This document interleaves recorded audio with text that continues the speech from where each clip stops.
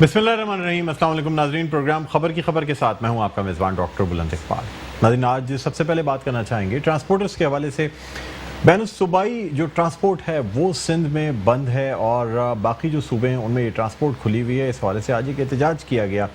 इस एहतजाज में पाकिस्तान तहरीक इंसाफ के रहनुमा और member national assembly Alamgir Khan ने भी शिरकत की और उनका एहतजाज इसलिए था कि सिंध हुकूमत की जानिब से मुज़ाकरात भी किए गए और बात भी की गई, लेकिन फिर भी बैनुस-सूबाई ट्रांसपोर्ट चलने की इजाज़त नहीं दी गई।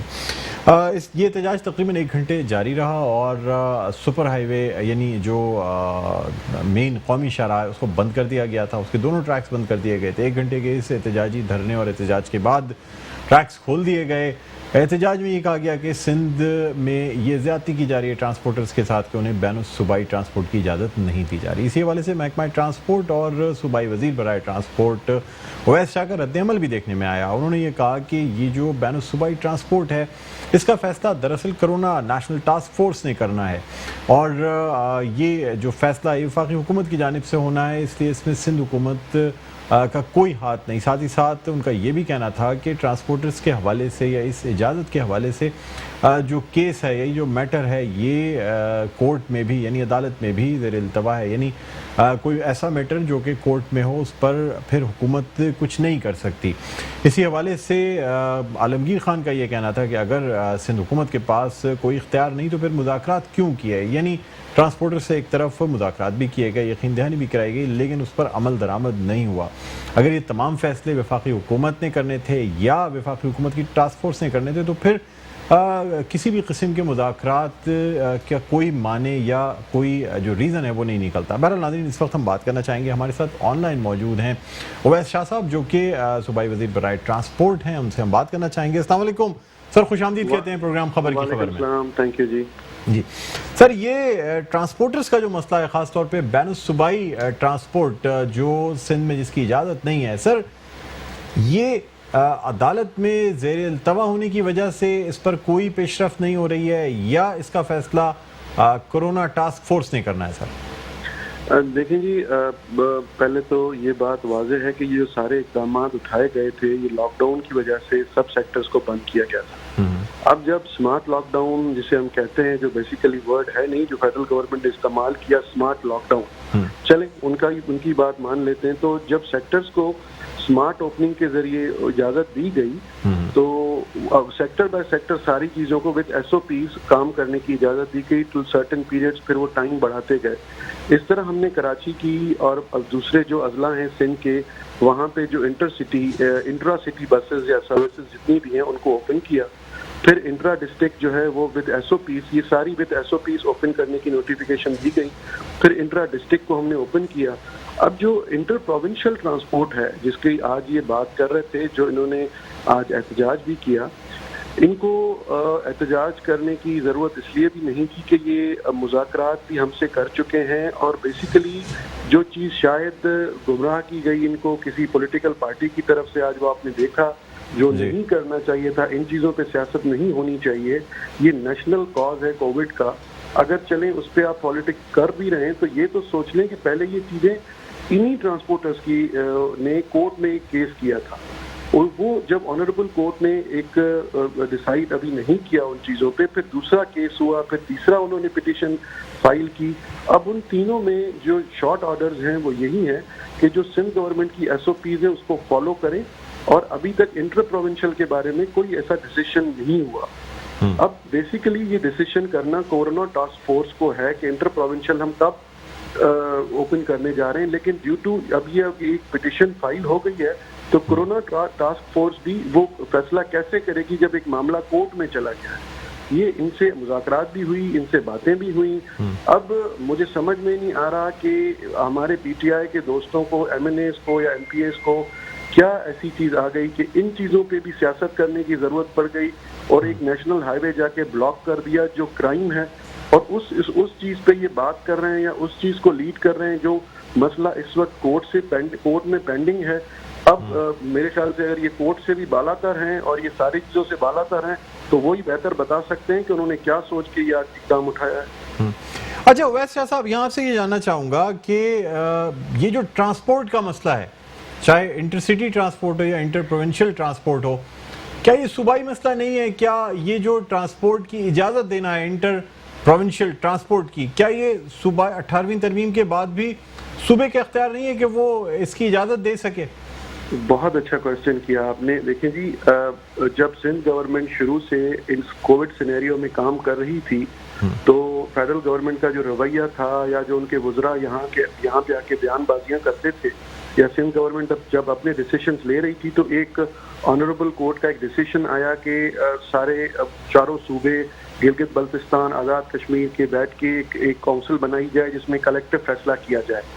7 मई को जो एनसीसी की मीटिंग हुई थी, मैं उसमें खुद मौजूद था, उसमें ये डिसाइड हुआ कि ये जो ट्रांसपोर्ट का मसला है ये एक चारों सूबों के रिप्रेजेंटेटिव बैठ के इस पे एक फुल प्रूफ प्लान ले आए, लाहे अमल बनाएं कि क्या स्ट्रेटजी होगी, किस तरह ट्रांसपोर्ट ओपन की जाएगी।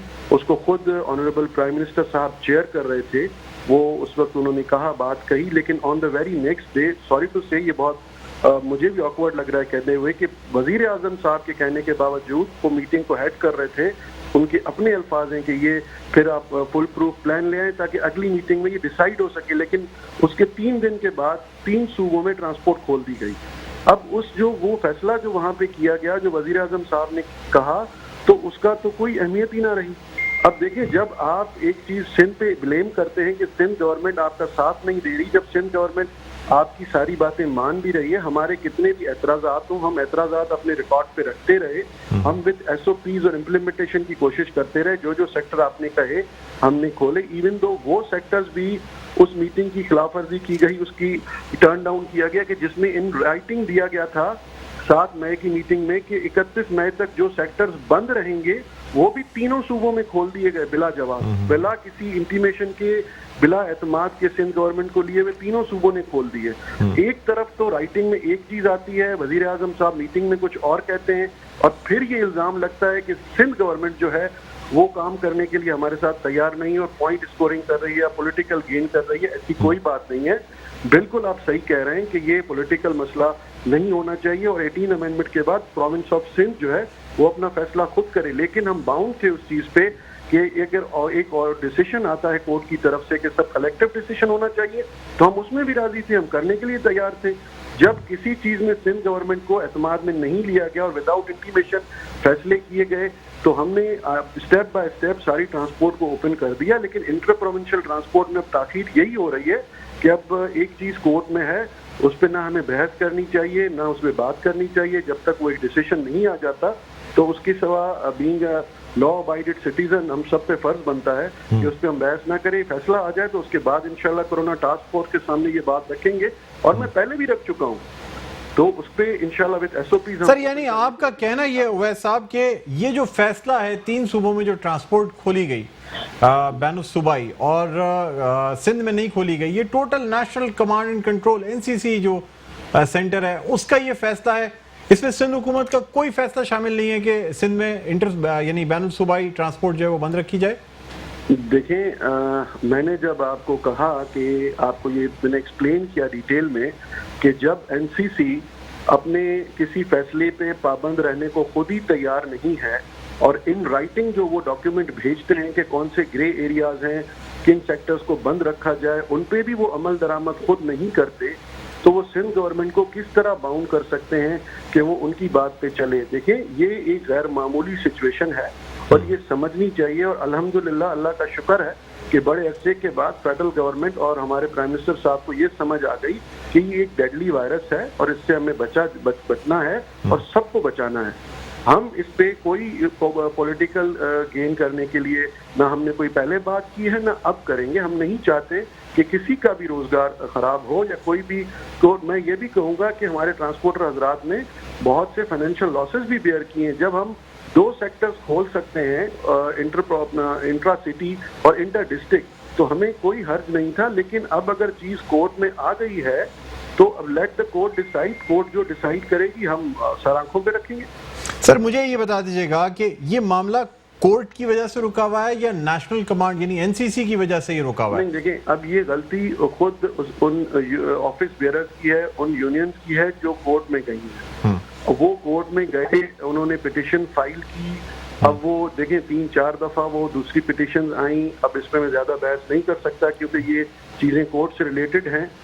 तो इसमें अब पहले तो ये फैसला करना था, प्रोविंस ऑफ सिंध ही जरूर इसका नोटिफिकेशन निकालता, लेकिन अब जब ये प्रॉब्लम कोर्ट में आ गई है तो लेट द कोर्ट डिसाइड। उसके बाद कोरोना टास्क फोर्स के पास सिंध में मैं ये बात रखूंगा, तो इंशाल्लाह जितना भी हो सकेगा हम करेंगे। सर आपसे एक बात ये जानना चाहूंगा, अगर हम एक लम्हे को ये फर्ज कर लें कि अगर ट्रांसपोर्टर्स जो हैं, जो उनकी तंजीम है ट्रांसपोर्टर्स की, अगर वो ये केसेस वापस ले लेते हैं कोर्ट से, आउट ऑफ कोर्ट, वो कहते हैं जी हमने अनकंडीशनल इसको विड्रॉ कर ली, इस चीज़ को अगर ये विड्रॉ कर लेते हैं, तो फिर क्या सिंध हुकूमत जो है बैनुल सूबाई ट्रांसपोर्ट खोल देगी? सर बहुत अच्छी बात की आपने। जब ये पिटिशन विड्रॉ होंगी, हमारे पास जब एक ऑर्डर आ जाएगा, तो इंशाल्लाह मैं ये चीज़ सारी कोरोना टास्क फोर्स के सामने रखूंगा और उम्मीद है कि हम with all SOPs, implementation of all SOPs, जिस तरह हमें जो मेन बड़ी बड़ी कंपनीज हैं इंटर प्रोविंशियल ऑपरेट कर रही हैं, जिस तरह उन्होंने यकीन दहानी भी दिलाई है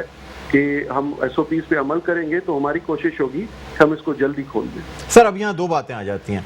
एक तरफ आपका ये कहना है कि आप नोटिफिकेशन खोलने का इसलिए नहीं निकाल सकते क्योंकि कोर्ट केसेस हैं, दूसरी जानिब सर आप अभी भी ये कह रहे हैं कि अगर ये केसेस वापस हो जाते हैं तो फिर आप NCC के सामने ये मैटर लेके जाएंगे और वहां से इजाजत लेंगे ट्रांसपोर्ट खोलने की।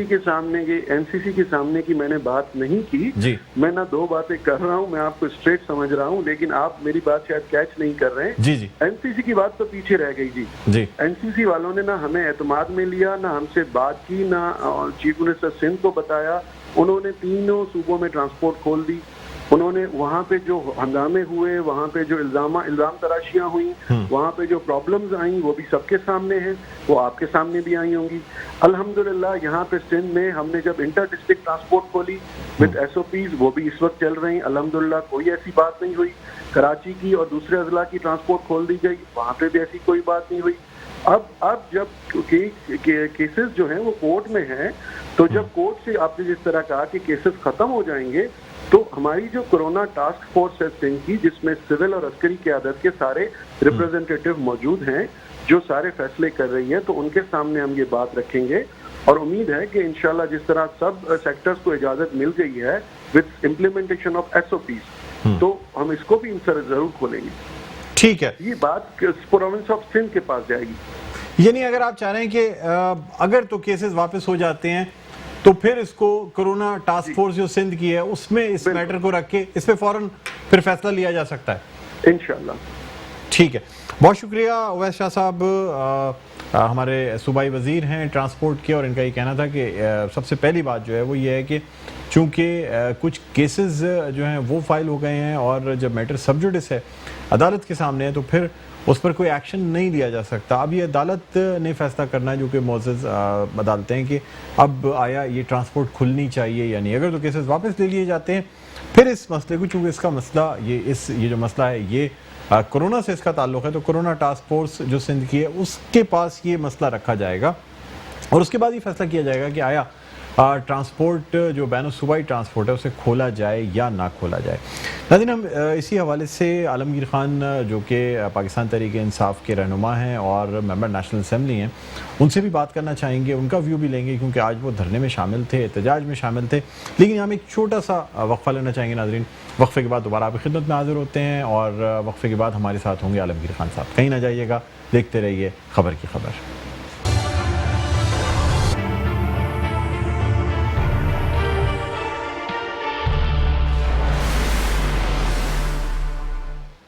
जी नाज़रीन, वेलकम बैक। एक दफ़ा फिर आपको खुशामदीद कहते हैं प्रोग्राम में खबर की खबर। मैं हूँ आपका मेज़बान डॉक्टर बुलंद इकबाल। नाज़रीन, जिस तरह ब्रेक पे जाने से पहले हमने कहा था कि हम आलमगीर खान साहब से बात करना चाहेंगे, हालांकि हमारी कमिटमेंट उनके साथ थी, लेकिन शायद किसी नागुज़ीर वजूहात की बिना पर उन्होंने अपना फ़ोन बंद कर दिया। इस वजह से ये ताख़ीर भी हुई, थोड़ा लंबा ब्रेक भी हमें लेना पड़ा। या तो ये कि शायद उनका उस एहतजाज में शिरकत करना, या उनको ये लगा होगा कि शायद कुछ ऐसी चीज़ें हैं जिसका वो जवाबात नहीं दे पाएंगे, जिसकी वजह से, या कोई ऐसी नागुज़ीर वजूहात होंगी जिसकी वजह से बहरहाल हमारा उनसे रब्ता नहीं हो सका है। हमने रब्ता कायम किया पाकिस्तान तहरीक इंसाफ के रहनुमा और बैतुल माल सिंध के सरबराह जनाब हुनैद लाखानी साहब से, जिनसे हम बात करना चाहेंगे। और हुनैद साहब, अस्सलाम वालेकुम, आपको खुशामदीद कहते हैं सर प्रोग्राम खबर की खबर में। वालेकुम अस्सलाम डॉक्टर साहब, खैरियत से आप? जी सर, अल्लाह का करम, मैं ठीक हूँ सर।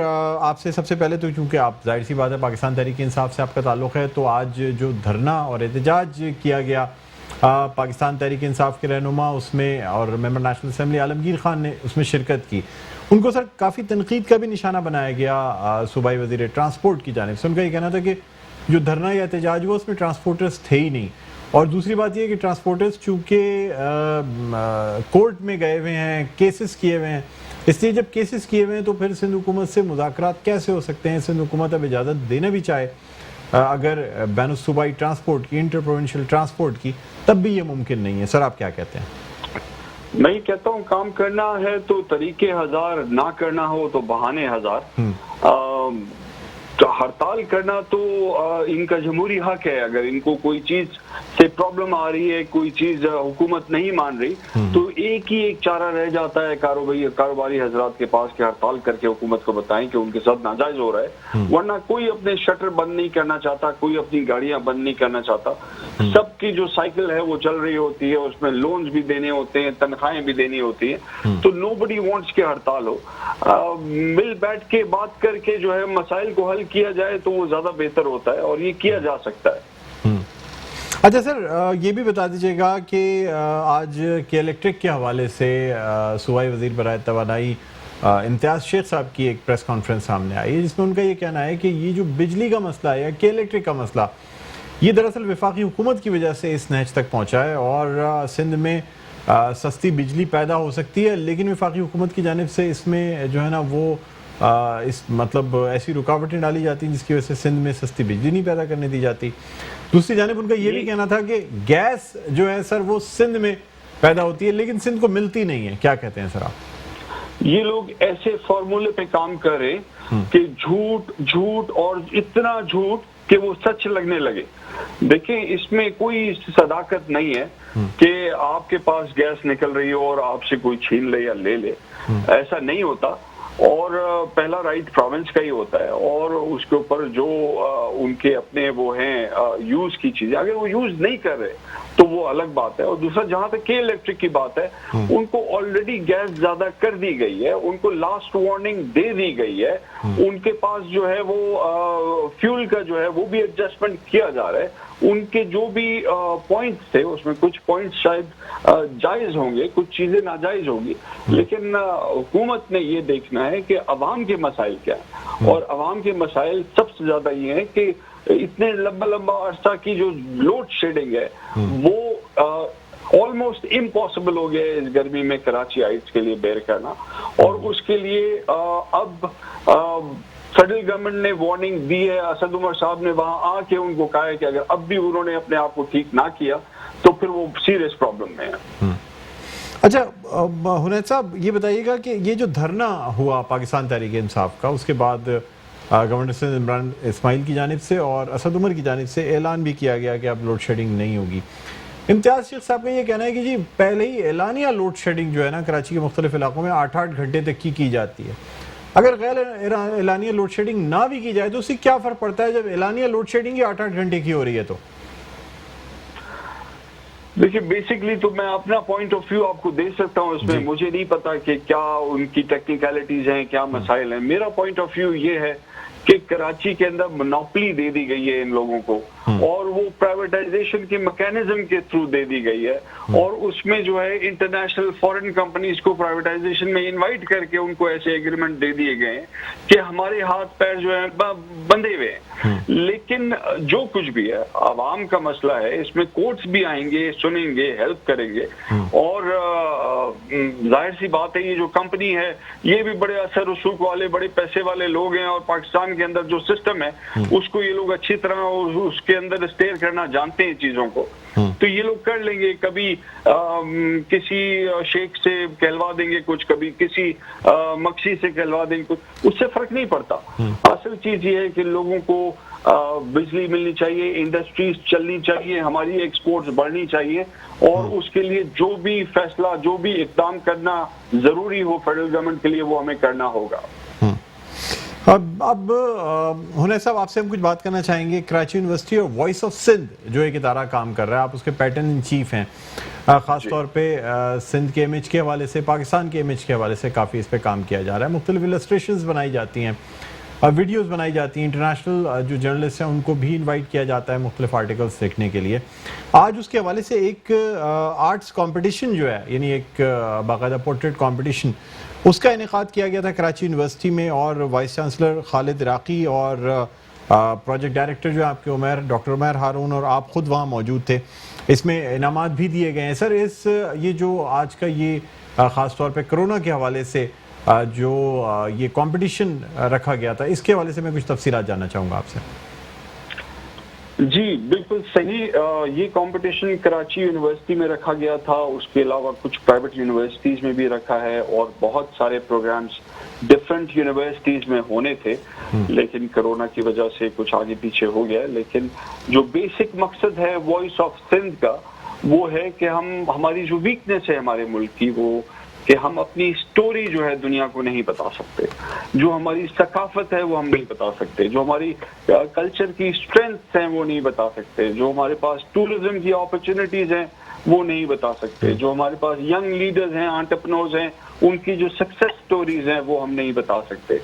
और इस वॉइस ऑफ सिंध के थ्रू हमारा मकसद ये है कि सिंध के तमाम इलाकों में जो स्ट्रेंथ्स हैं, जो कल्चर की स्ट्रेंथ्स हैं, जो इंडस्ट्री की आर्ट्स एंड क्राफ्ट की स्ट्रेंथ्स हैं, वो हम लोगों को बताएं। और यूथ मोबिलाइजेशन इसमें बहुत ज़रूरी है, क्योंकि जो आज का बच्चा है वो बहुत ज़्यादा तेज़ है। मतलब ये है कि उसके पास वो सोशल मीडिया, वो तमाम चीज़ें, गूगल और वो वैसी चीज़ें मौजूद हैं जो सेकंड्स में उसकी फिंगर टिप्स पे इंफॉर्मेशन उसको दे देती है, और वो सेकंड्स में इंफॉर्मेशन ट्रांसमिट भी कर लेता है दूसरे लोगों में। सो ये यूथ मोबिलाइजेशन होगी तो आने वाला जो बच्चा है वो अपना वो फ्यूचर में पाकिस्तान की बागडोर सही तरीके से सही सिमत में ले जा सकेगा। अच्छा सर, वॉइस ऑफ सिंध जो ये इदारा है, इसका बुनियादी मकसद क्या है सर? क्या इसके अगराद व मकासद हैं? जी, मैंने जैसा बताया कि इसका असल मकसद ये है कि जो हमारी स्टोरी है वो हम दुनिया को बता सकें, जो हमारी स्ट्रेंथ्स हैं वो हम दुनिया को बता सकें, जो अपॉर्चुनिटीज हैं बच्चों के पास वो हम दुनिया को बता सकें, और बच्चों को सही सिमत पे गाइड कर सकें। इस मुल्क को आखिर निकालना है। जो भी बीमारियां, जो भी एड्स हमारे पास, हमारे कल्चर में करप्शन की एड्स है, झूठ की एड्स है, और इस तरह की 500 और बीमारियां हैं, उन तमाम बीमारियों को जड़ से उखाड़ना है, और उसके लिए यूथ को मोबिलाइज करना होगा। अच्छा उनैद साहब, इसके अलावा कराची यूनिवर्सिटी के अलावा क्या दीगर यूनिवर्सिटीज़ तक भी ये कंपटीशन ले जाया जाएगा, ताकि वहाँ पे जो तलबा मौजूद हैं उनसे भी इस्तेफादा किया जा सके? बिल्कुल जी, ये तमाम की तमाम यूनिवर्सिटीज में, तमाम के तमाम कॉलेजेस में, हर डिस्ट्रिक्ट में, हर डिवीजन में, हर डिस्ट्रिक्ट में, हर तालका में, हर जगह जो है इसका नेटवर्क होगा, और इंशाल्लाह ये कम्प्लीटली सोशल मीडिया के ऊपर ये वॉइस ऑफ सिंध काम कर रहा होगा। अच्छा, मुझे ये भी बता दीजिएगा कि ऐसे तालिब इल्म जो कि कोरोना की वजह से या हालात की वजह से इस वक्त किसी यूनिवर्सिटी में अगर तालीम हासिल नहीं कर सकते हैं, प्राइवेटली अपनी जो तालीम है वो मुकम्मल कर रहे हैं, तो क्या ऐसे स्टूडेंट्स को भी ये मौका दिया जाएगा कि वो भी पार्टिसिपेट करें और वो भी जो उनके जो ख्यालात हैं उनका इजहार कर सकें तस्वीरों के ज़रिए, पेंटिंग्स के ज़रिए, मुख्तलिफ पोर्ट्रेट्स के ज़रिए? देखिए, आर्ट्स और कलर्स और ड्राइंग्स एंड पेंटिंग्स ये बहुत ज़रूरी हैं, और हमारा कल्चर तो इतना रिच है, हमारे पास तो इतनी सारी चीज़ें हैं, ऐसी ज़बरदस्त पोइट्री है, ऐसा ज़बरदस्त म्यूज़िक है, ऐसे सूफिया हैं यहाँ पे, जो इंटरफेथ हार्मनी इस सूबे में है, मंदिर सीधे हाथ पे तो मस्जिद उल्टे हाथ पे, और एक ही दीवार के अंदर। तो ये दुनिया में ऐसे चीज़ें देखने को नहीं मिलती जो हमारे यहाँ इस सूबे के अंदर मिलती है। तो ये सारी चीज़ें तो हमने जो है और इनकरेज करनी है और बतानी है, और इसके ऊपर हमें इसी के थ्रू अपने बिजनेसेस को भी आगे बढ़ाना है। ये एक सॉफ्ट इमेज है, सॉफ्ट मैसेज है। ये मैसेज पहुंचाने का तरीका जो है ये बेहतरीन तरीका है, और दुनिया इसमें बहुत आगे है, हम बहुत पीछे। हमने सिर्फ अपने बच्चों को इंजीनियर बनाया और डॉक्टर बनाया, और इस फील्ड को कम्प्लीटली नजरअंदाज कर दिया। अब वक्त आ गया है कि हम दोबारा से अपनी सॉफ्ट स्किल्स भी इम्प्रूव करें और आर्ट्स एंड क्राफ्ट्स में भी जो है हम अपने मुल्क को आगे लेके जाएं।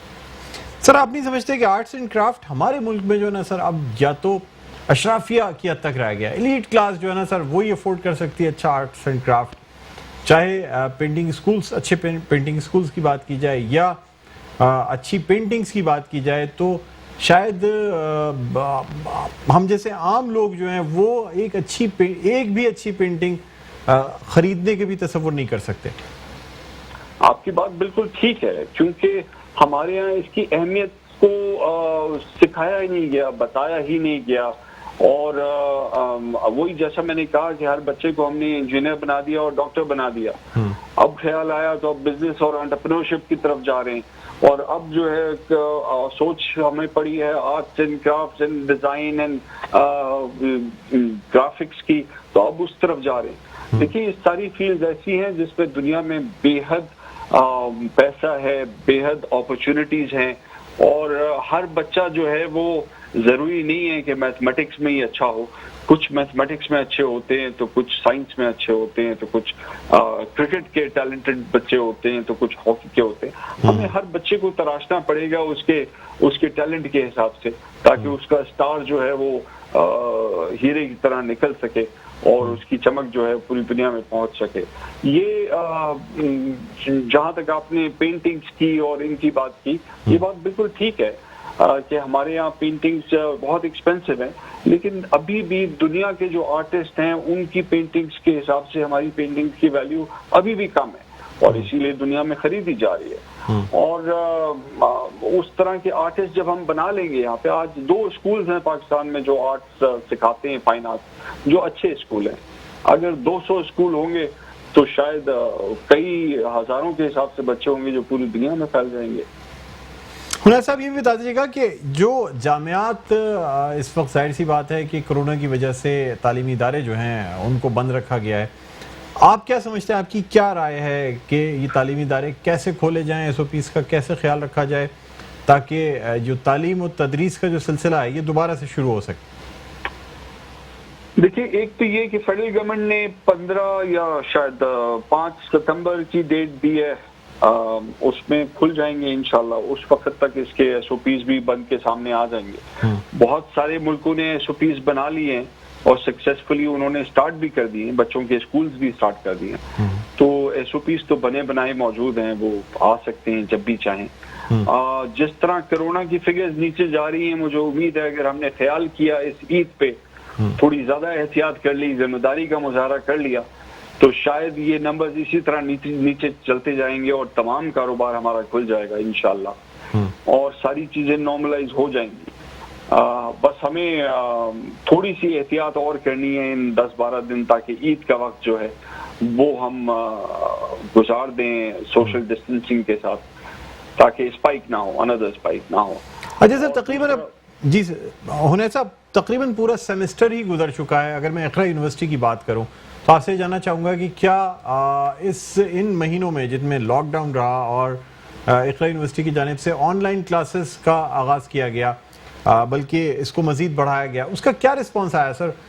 स्टूडेंट्स क्या ऑनलाइन क्लासेस लेकर कामयाब हुए हैं कि वो सेमेस्टर्स की पूरी तैयारी कर सकें, इम्तिहान दे सकें? अल्हम्दुलिल्लाह हमारे एक दिन भी ज़ाया नहीं हुआ। हम डे 1 पे ही ऑनलाइन चले गए और हमारे पास वो सारे सिस्टम्स ऑलरेडी मौजूद थे। कुछ ग्लिचेस आई, कुछ बच्चों की कंप्लेंट्स आई, कुछ चेंज था जो जिसमें एडजस्ट होने में दिल नहीं कर रहा था, मजा नहीं आ रहा था, वो एनवायरनमेंट कॉलेज का नहीं मिल रहा था बच्चों को। लेकिन इसमें कोई चॉइस थी ही नहीं, और अल्हम्दुलिल्लाह बच्चे बहुत खुश हैं और पढ़ाई चल रही है। टीचर्स को भी पढ़ाना आ गया जो ग्लिचेस थे। जैसा मैंने उस वक्त भी मैं बताता था इनको, जब आप एप्पल फोन से एंड्रॉइड फोन पे आते हैं 2-3 दिन तो लग ही जाते हैं आपको सीखने में। तो इसी तरह ऑनलाइन एजुकेशन में भी इनको शायद 2-3 हफ्ते लगे सीखने में, लेकिन अब बहुत अच्छा हो गया है और फ्यूचर ऑनलाइन एजुकेशन का ही है। अच्छा हुआ हमने पहले सीख लिया इसको। ठीक है, बहुत शुक्रिया उनैत लाखानी साहब, रहनुमा पाकिस्तान तहरीक इंसाफ और सरबराह बैतुल माल सिंध हमारे साथ ऑनलाइन मौजूद थे। नाज़रीन, अब देखना ये होगा कि किस तरह से स्टूडेंट्स जो हैं वो अपने आप को तदरीसी अमल के साथ साथ जो फ़नून लतीफ़ा है या आर्ट्स जो है, फ़ाइन आर्ट्स, या परफॉर्मिंग आर्ट्स है उसमें किस तरह से अपने आप को लेकर चलते हैं ताकि ख़ास तौर पे जो बच्चों के जो ख्यालात होते हैं उनका इजहार इन पेंटिंग्स के ज़रिए, ड्रामास के ज़रिए, इन चीज़ों के ज़रिए हो सके। इसी सोच के साथ आज के इस प्रोग्राम का अख्ताम करते हैं। मुझे बुलंद इकबाल को इजाज़त दीजिए। अपना बहुत ख्याल रखिएगा। अल्लाह हाफ़िज़।